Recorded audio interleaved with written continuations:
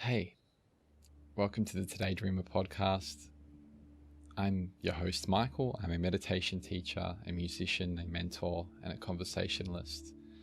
And this project is here to help you cultivate the practice of presence so that you may more wholly be able to contribute and participate in the blossoming of the emergent world story.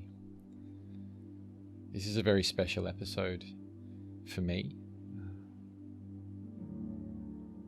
My mother passed away fairly recently on November 4th, 2021 at 5 a.m. And I'd like to dedicate this episode to you, Mum, with the storm in my heart.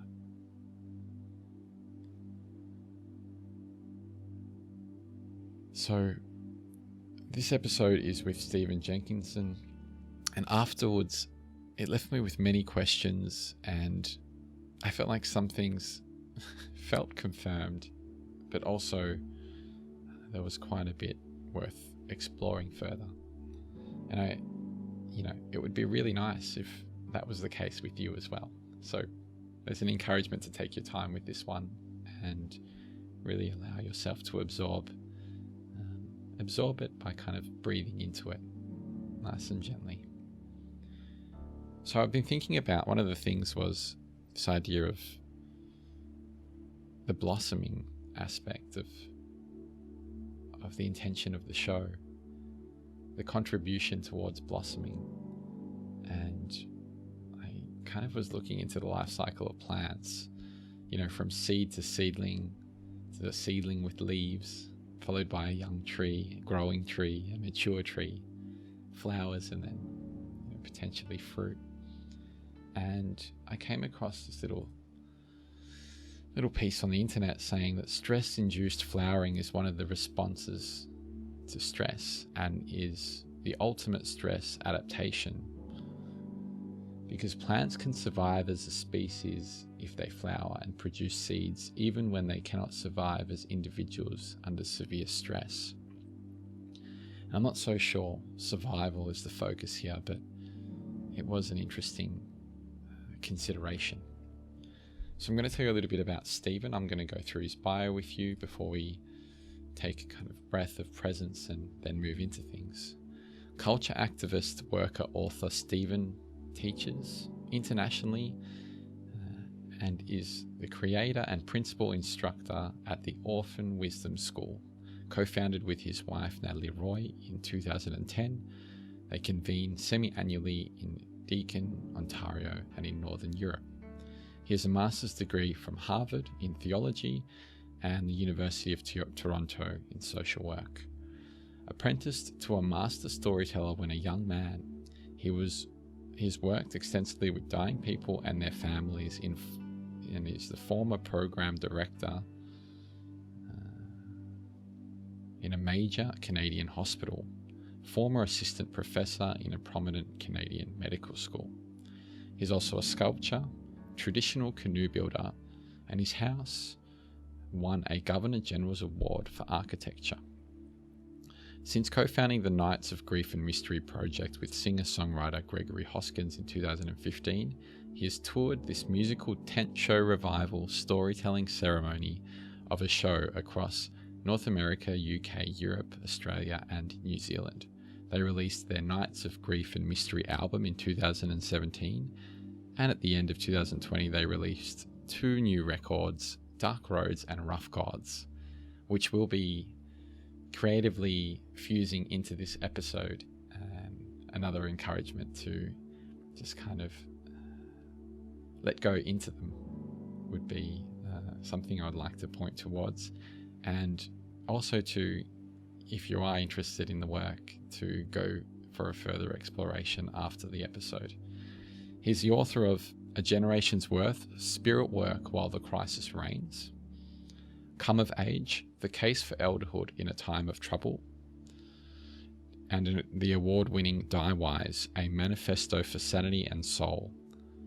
Homecoming, The Haiku Sessions, a live teaching from 2013, How It All Could Be, a workbook for dying people and those who love them, Angel and Executioner, Grief and the Love of Life, Money and the Soul's Desires, a meditation. Okay, so let's take a moment to just pause wherever you are, and just like we start every episode on this show, feel free to gently close your eyes or focus in on an object in the distance. And as slow as you may have ever done, see if you can take a gentle inhale through your nostrils.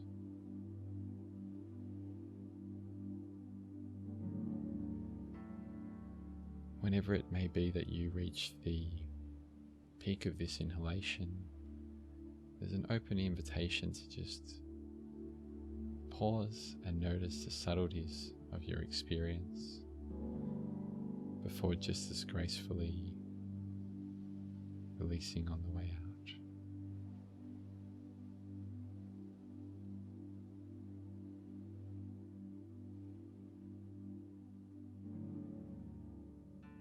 You might like to repeat this process as we enter the initial stages of the conversation. You might like to repeat it all the way through. Here we go.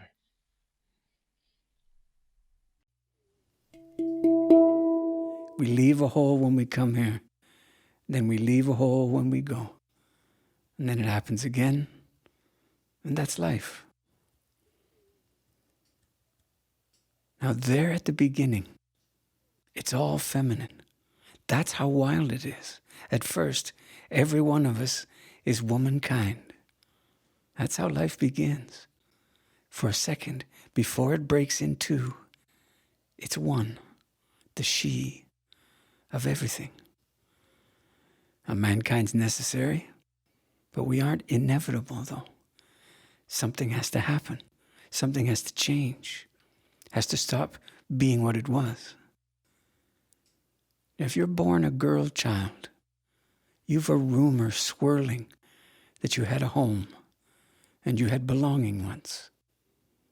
And there's proof there inside you, a rudiment of that old watery house there in your middle.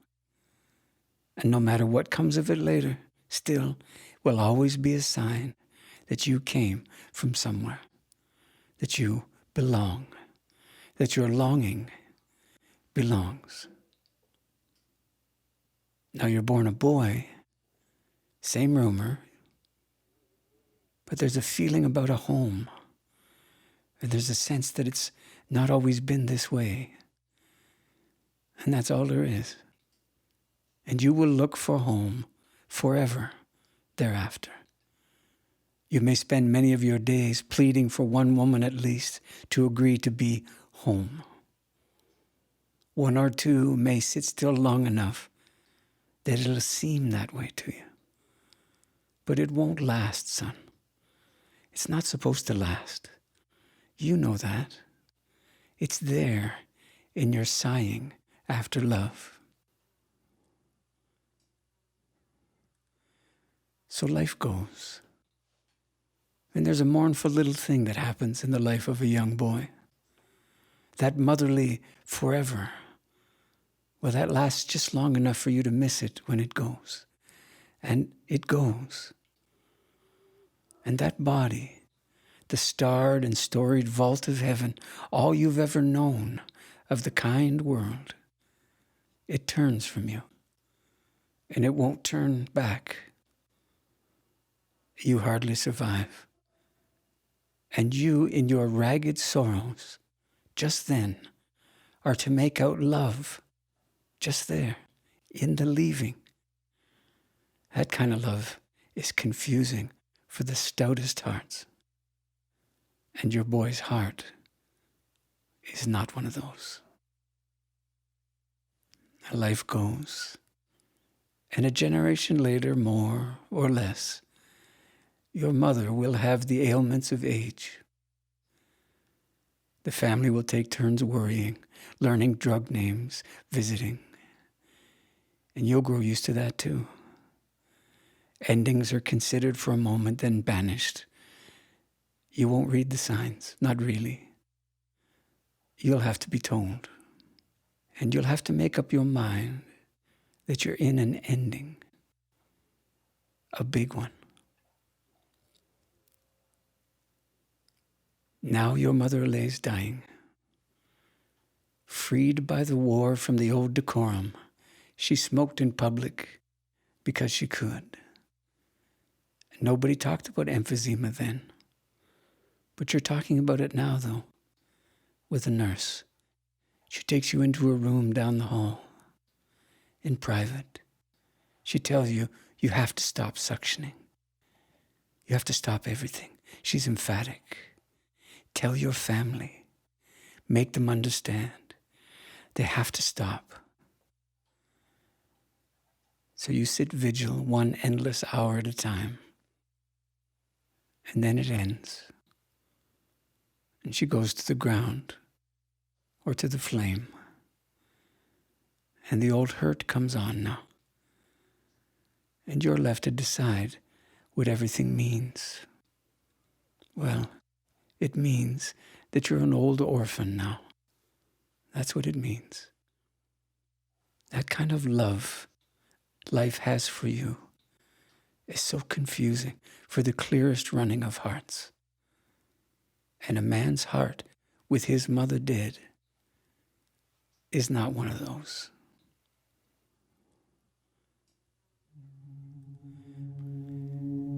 There is an electrical storm that breaks out in the mind when parents die.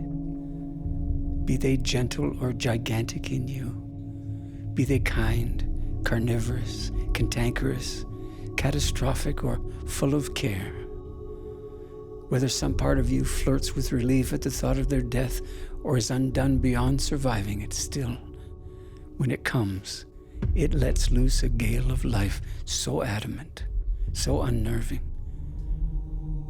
The storm might seize a man by his breath, by the short hairs on his neck, by his very words, and it may not move on. And for a few hours, maybe a day or two, maybe a fortnight, that man may be more alive than he knows how to be. And his old strategies for safeguarding the borders of himself, they're dust now, and no more.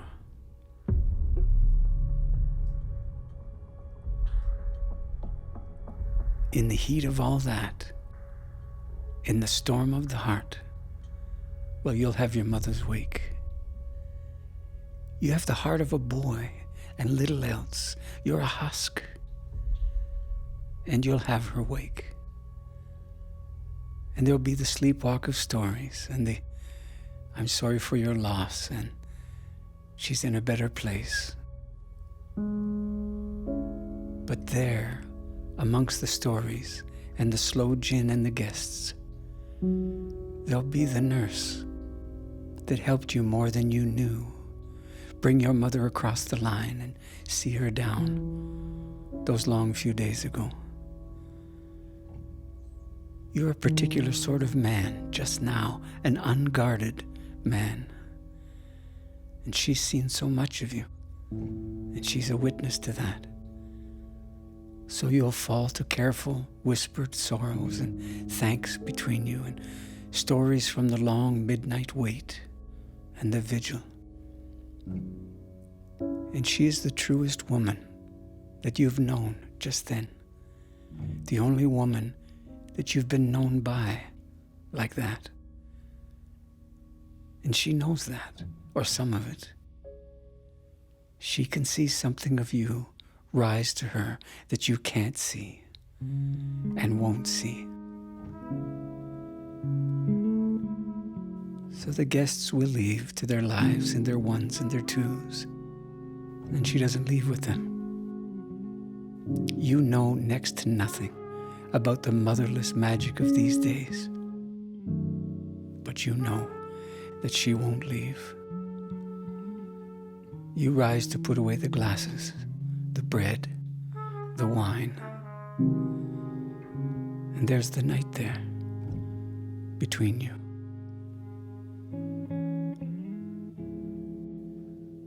a day, and a night later, she goes through the door to her life. You won't see her again. For that great while, though, and for a short while after, well, you know something of how vast life really is, of how true the naked man and woman can be, how the homelessness can heal, how there's weather in love, and how it can be so confusing.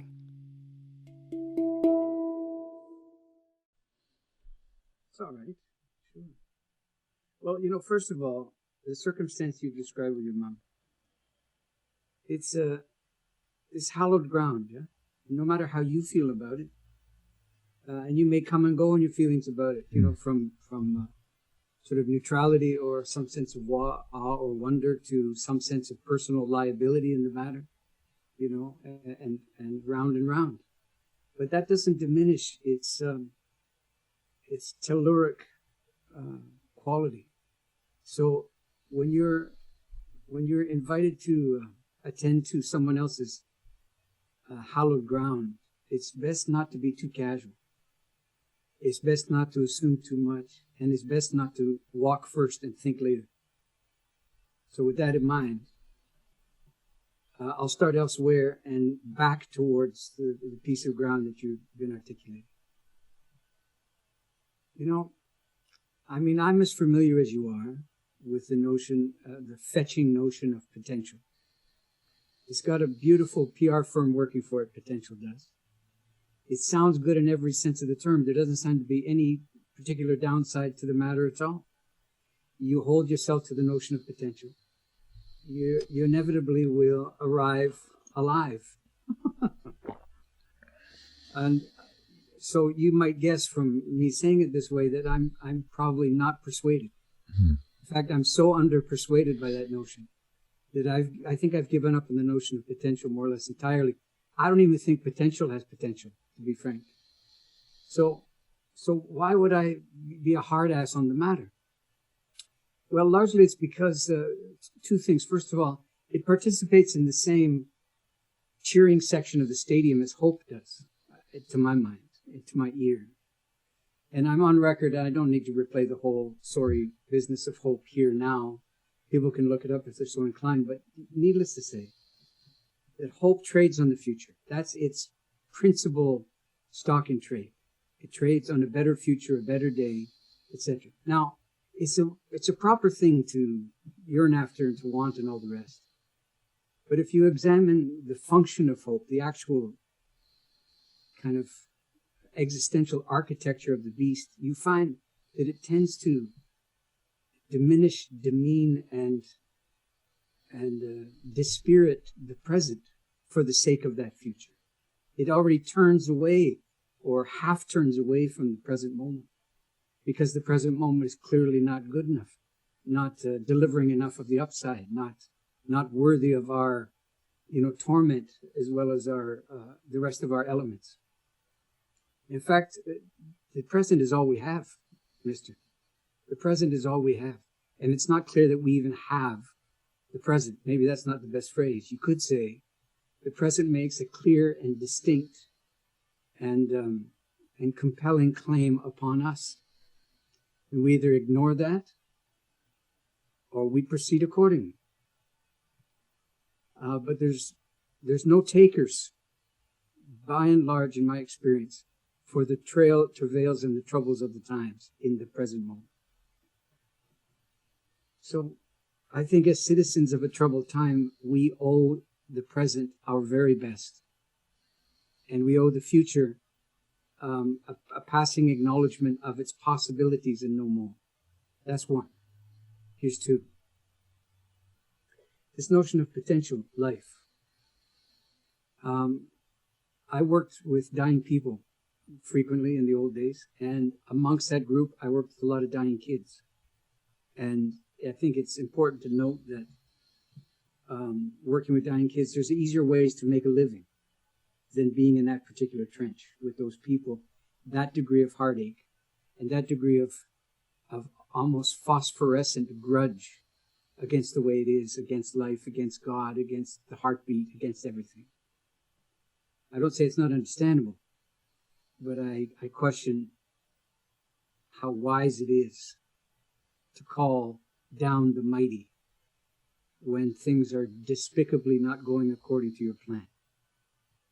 So I had to try to figure out what was mobilizing the parents of the dying kids most emphatically, that nobody seemed to be too alert to, that would admit to some kind of intervention on my part. And I think I found it.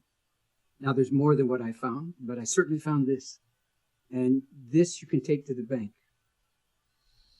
The notion really was not that the child was dying. That was hard enough. The real grievance and grudge was they were dying at such a point and in such a circumstance that they wouldn't get to live a full life, i.e. that very potential you were talking about around the fire. So now, it's worthy of simply considering. Rather than having an opinion about it, you could think about it instead and give your opinion a rest. And here's how you could do so. Has a 7-year-old leukemia patient had a full life? By what measure? Oh, any measure you want to take off the shelf.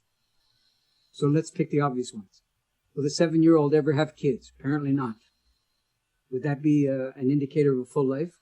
Well, for some. Okay, so it's hit or miss on the full life spectrum. Anything else? Well, they won't hit puberty. Right, and everybody can't wait to hit puberty. And having done so, it's a laugh a minute, right? So there's that. Okay, what else? They look upon their parents as equals. What 7-year-old seeks after equality with their parents? They're not missing any of these things. They simply won't live them out. But the notion that they're being dealt a poor hand, or that they're being ripped off by eternity because they don't get to do everything. Whose notion is this? What kind of consumer galaxy does this come from? That the only justifiable, legitimate, and just encounter we have with life is the one where there's very few limits and frailties and endings. So I submit to you that a 7-year-old leukemia patient is capable of living a full life and I'll go on a limb here and be personal for a second, in a fashion that you have outlived yourself. But just by virtue of your age. Like me, you were trained out of the capacity to live a full life sometime during your encounters with puberty and deep socialization in the schoolyard and that sort of business. Right? You had to give up all that stuff, and you probably did so more or less gladly, because participation in the greater throng was worth giving up your capacity to live a full life and signing up for the grudge match called being all you want to be, or getting everything that you want. So a 7-year-old has no such capacity to turn on life that way, because they haven't been turned on by life by virtue of dying before the age of 8.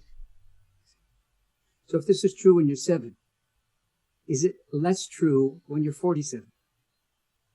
It's a good thing to wonder about. I mean, you're less capable of living a full life at 47. You need some serious reminding of the kind of nascent wisdom that was available to you. I shouldn't even call it wisdom, because it wasn't earned exactly.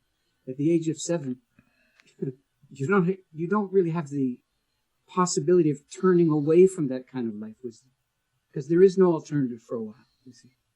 And finally, when you learn how to be normally unhappy with the rest of us older people, this is a scant and faint memory, this idea that you lived fully and utterly and inhabited the moment so fiercely that you could teach any existentialist a good lesson.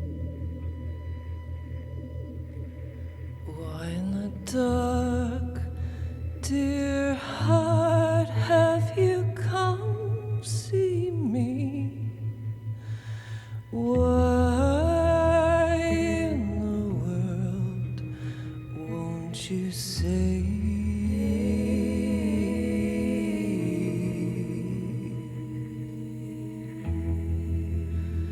Why in the dark darkness do I see so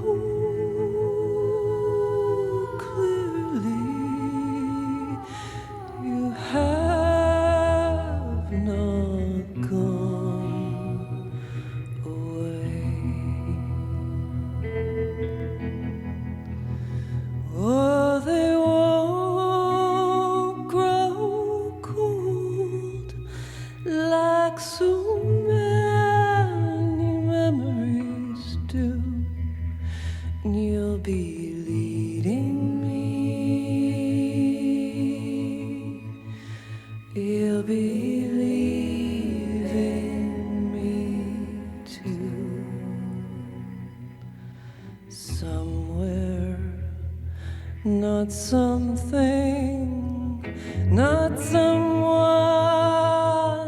to have, to worry and cry them to stay.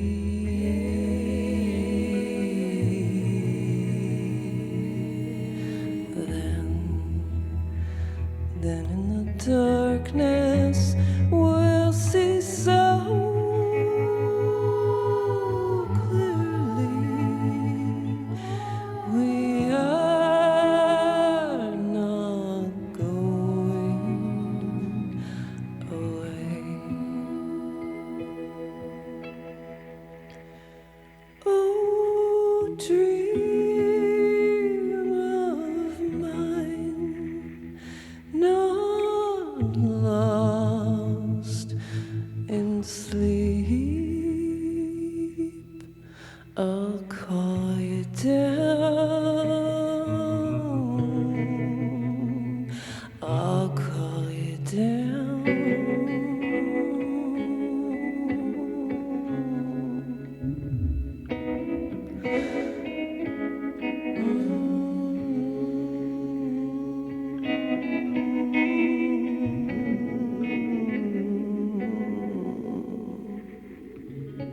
Yeah, I feel like the children have a lot of lessons to teach, and just kind of bearing witness to how everything unfolded with Mum around my son actually was quite difficult. I guess a question comes up around whether you've ever had to speak to children about another one's death and how you may have approached something like that. It's difficult to feel into whether you're doing things right or wrong as a parent. I think honestly it's the wrong question to ask yourself, or the wrong kind of standard to hold yourself to. Not that there's not such a thing as terrible things to say. There clearly are. But I'm not sure if there's a, quote, right thing to say. But I could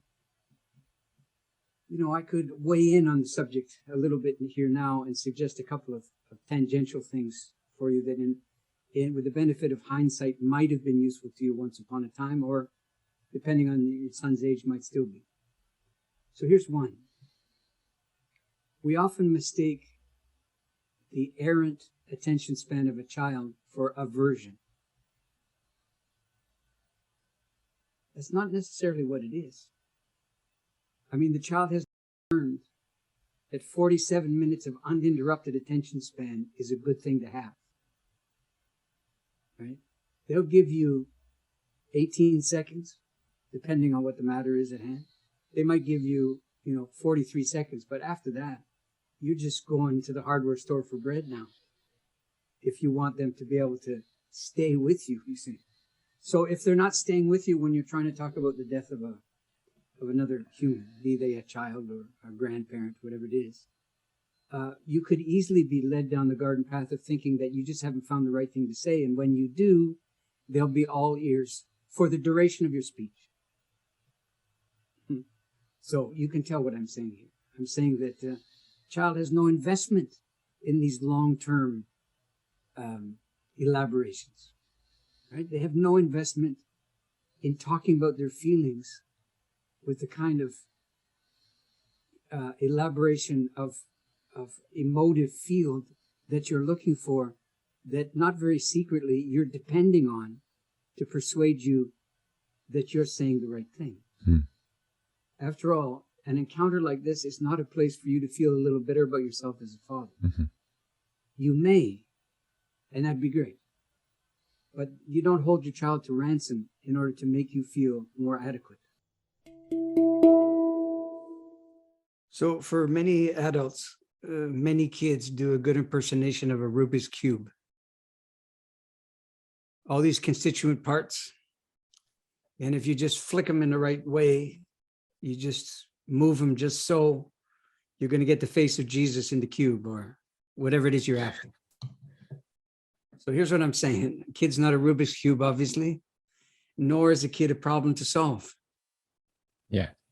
So if the stance is you sit across from them trying to figure out how to best impart this information in such a way that's not traumatizing them, at the same time grips them to their mighty core, Yeah. you might be asking the wrong thing. Your whole game could be wrong. Why? Because it's not predicated on what the living life of a child requires. It's predicated on trying to feel that you're doing the right thing for that living life of that child. So if you cease and desist on the notion that a child is a problem to solve, the first thing you change is your seating arrangement. How so? Well, you don't sit across from them, making them the object of your inquiry, you see, and then testing them ongoingly with little litmus tests of sensibility for whether or not they're getting and understanding and tracking and following and indulging you and the rest.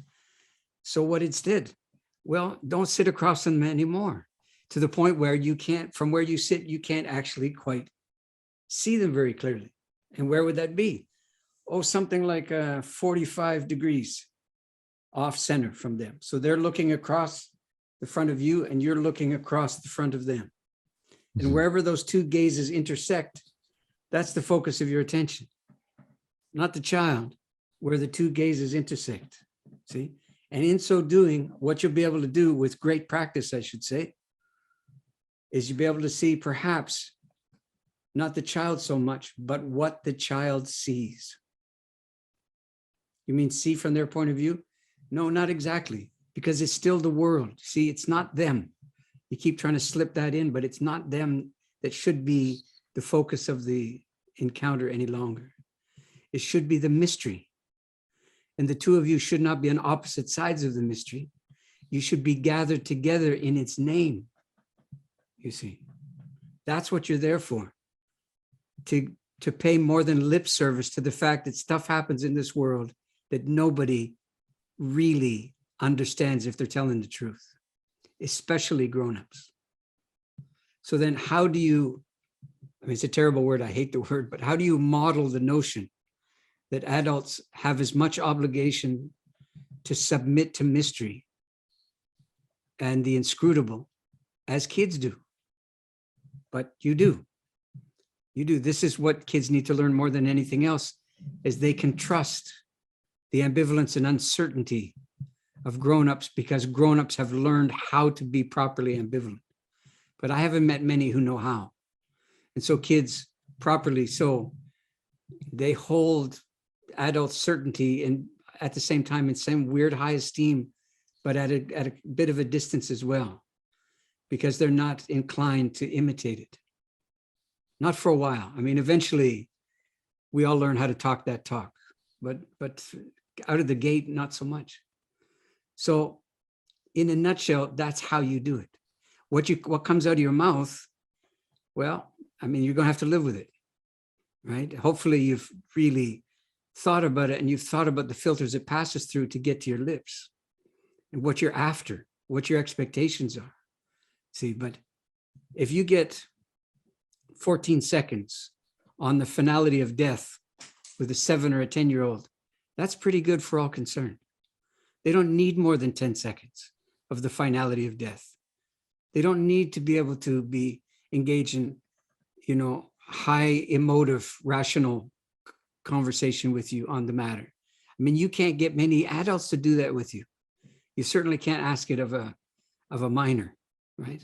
But what you can do is show them that while the mystery is concerning and confounding, it's not fear-inducing by nature. It's awe-inspiring instead.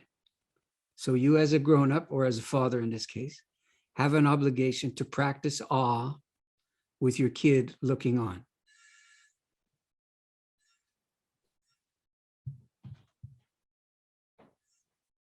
This idea that you've mentioned a few times throughout, your books and your talks, is this idea of that wisdom can't be inherited. When you first mentioned that, that kind of twisted my noodle a little bit, because it made a lot of sense, but I'd never thought about it like that. Right. I guess a question that came up for me is, how do you actually approach your disciplined inquiry? How do you get to something in that space?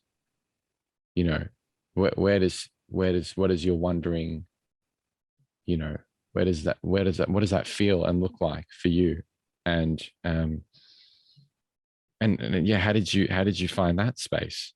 I guess were some curiosities that came up. Well, it feels like the last, excluding our interruption, it feels like what I've been doing since I said hello to you. You're looking at me doing it. This is what it sounds like. This is what the approach is. A disciplined inquiry animates the question with something more than a demand to know. What it animates it with is a proper and high regard for the rest of the story that's not become apparent or manifest. You familiar with the piece I did with my band called Hippie Radio? Did you hear that? Mm-hmm. I think I heard that one. Yep. There it is. The whole thing's in there. Okay. The notion that there's a sound that a song makes after it's finished. Mm-hmm. And it's a strange idea. You have to listen for it. You can't go on to the next thing. Mm-hmm.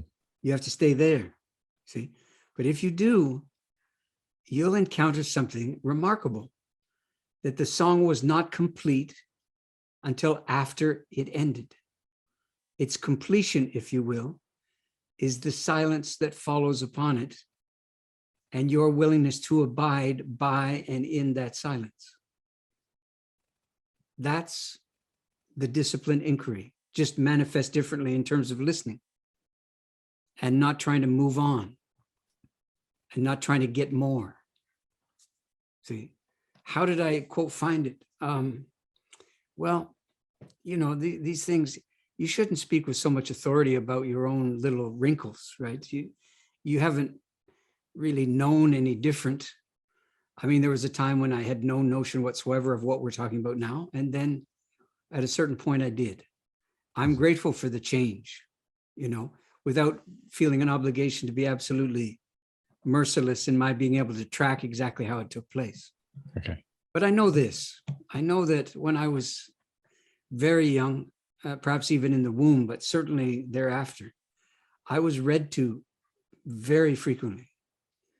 And I was read to the point where I remember whoever's reading going unconscious, with the umpteenth rendering of the particular story that I wanted to hear again.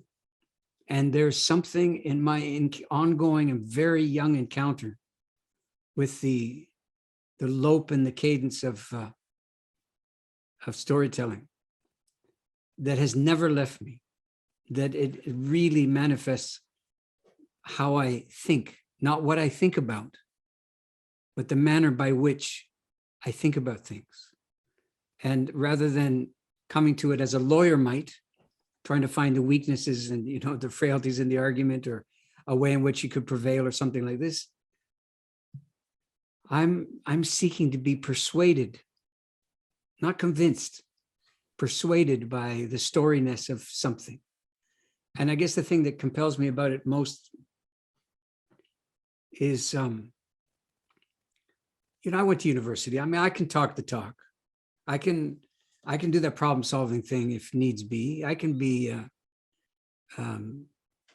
petulant with the best of the legal minds, I don't hold it in particular high esteem, but I'm grateful that the skill is there. But here's one of the things I discovered. It must have been before I went to Harvard, but it was certainly manifest there at Harvard University.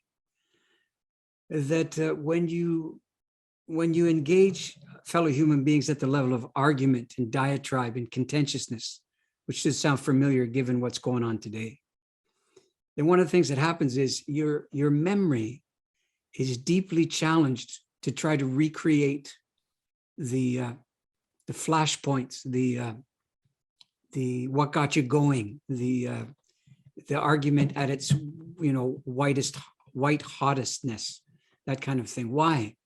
Well, there's something about contentiousness and argument that the mind was built to be able to do, but the mind is not built of argument.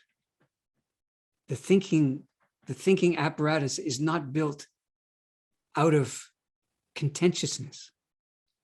It's built out of curiosity and pattern recognition and a longing after a deeper participation in the thing that's not quite giving itself away, otherwise known to you as story, you see.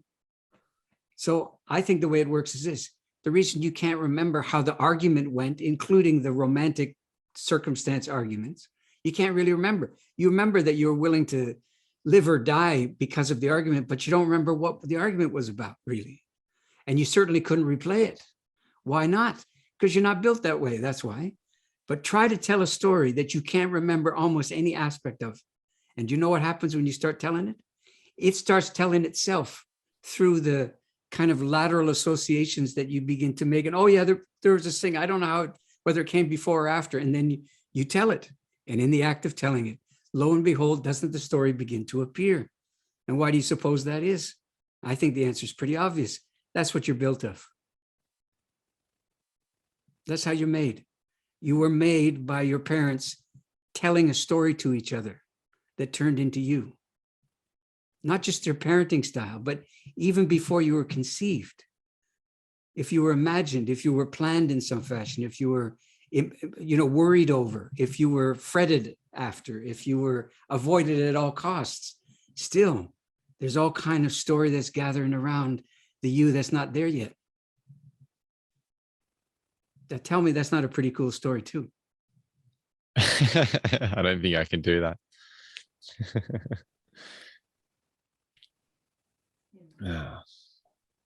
So is this kind of partly why the reason when you had your school that you would kind of, invite students to take note of things that were happening in the world around them? Is this kind of, are these like kind of noticings part of that kind of story forming process? Yes. Although I would put it a little more strongly than you did. I didn't advocate that they take note of the world around them. I would assume, given the fact that they're coming to a school that I'm doing, that they're probably already in that business. Mm-hmm. Because they couldn't really justify being in my school and do anything less than that. But what I did in particular was ask them to take note and keep track of what I called signs of the end times. And this is before the COVID thing. Sometimes you look really smart in hindsight, right? So that's what I did. And I wasn't, in using the term, I wasn't using it like a Fifth-day Adventist, a Pentecostal, or a born-again anything in particular. I was using it with an understanding that there are certain indicators of where you are in the likelihoods that surround you. You have no business being overly truant on the matter of where in the arc of your particular civilization you might be. It's important that you be alerted to the likelihoods. The fact that they don't come from central command, that it's not nailed to the sky for everybody to see, doesn't let you or me off the meat hook of being an ordinary civilian in a troubled time and assuming that obligation. And so one of the practices you can begin to cultivate is, rather than having feelings about this notion of end times, which I didn't invent the term, by the way, right? I'm just borrowing it. rather than having feelings about it, dread or relief or whatever it might be. I'm not talking, I didn't say track your feelings about the end times. I said track the signs. The notion is that there's a world out there beyond the frontier of your feelings. Go there.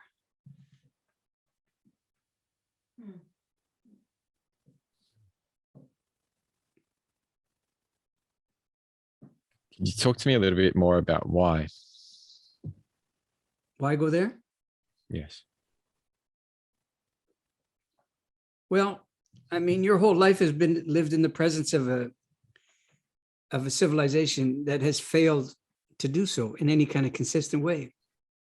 So, my question is right back to you. How do you think it's working so far to work on the level of potential and be a better you and personal growth and development? And how's it working? Yeah. I don't need to make the case that it's not working. I don't have that obligation or responsibility. I'll put it to you another way. When I worked in the death trade, let's say at any given day, 500 people were diagnosed with thus and so in the greater metropolitan zone where I was working. And let's say of those people, 499 of them died on schedule, like within the reasonable expectation that they were provided when they were told the prognosis. Let me tell you what story gets told over and over and over again in the name of being helpful and supportive and positive. You know what I'm going to tell you. The story of that one person who didn't die on schedule. Now, I'm not saying there's no such thing as that one person. Of course there is. There's probably more than one, but you take the point I'm making here. So I reasoned it this way. I think my responsibility is to see to it that the stories of the 499 who died on schedule are told. And everybody else can hold tight to their bosom the story of the one who defied all the odds and is still alive. So along with this kind of suggestion or recommendation or kind of invitation to the students, were there other ways in which you kind of opened the door or the window, however you want to put it, to the ideas of, coming closer to the harsh realities that we're kind of embedded in and bringing them closer and feeling more deeply into them, or recognizing them with more kind of clear eyes, I guess? Mm-hmm. It's a good question. I don't think my principal obligation in the 10 years that I did the school, or when I do the school, and again, after 3 years interruption, starting, I think it's tonight. It's today, Wednesday or Tuesday? Today's Tuesday. A week tomorrow, the school starts again for the first time in several years, and I'm out of practice, but I'm not out of tune. So I'm very keen and ready. Able, we'll see, but certainly ready for it. So I didn't advocate getting close to the troubles of the times as a point of dogma. It's not an idea. What I did was I practiced doing so in front of them, with them, and to a certain degree, to them, at them, upon them. And then ultimately, arguments are futile in that matter. Recommendations are futile, but practice may not be. And then ultimately you have to leave the consequences of the practice that you demonstrate to the constituent neurological parts of the people you're dealing with, you're talking to, you feel an obligation to, as a result of them coming to your school. I never thought I had an obligation to reassure people that things are going to be okay if we just fill in the blank. I don't consider that to be adult behavior, to be honest. It's a kind of citizenship malpractice, I think. We're truly in the shit, man. If you don't start there, you haven't started. If you're running down the royal road to solutions, tech-abiding solutions for tech-driven problems, just to take the obvious, you can claim you're working on behalf of a better day, but I don't know how. You're a solution junkie. when your real Jones should be trouble.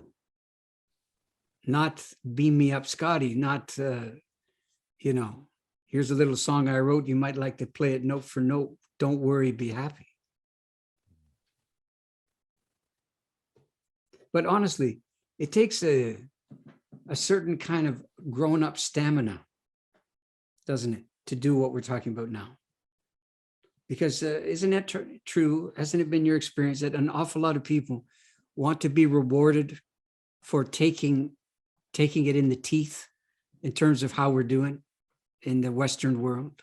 That people want a reassurance that there's an upside to doing so, and they want that reassurance to be there before they really submit themselves to the hard ass, sort of corroded steel edge of what we've done with the numerous possibilities that have been entrusted to us. I think the answer is yes. Thank you for your participation in this episode of the Today Dreamer podcast. I'll leave links on our beautiful guest in the show notes section on the website, where you can check out all their wonderful work and offerings. And if you're interested in working one-on-one with me, feel free to head over to todaydreamer.com and get in touch.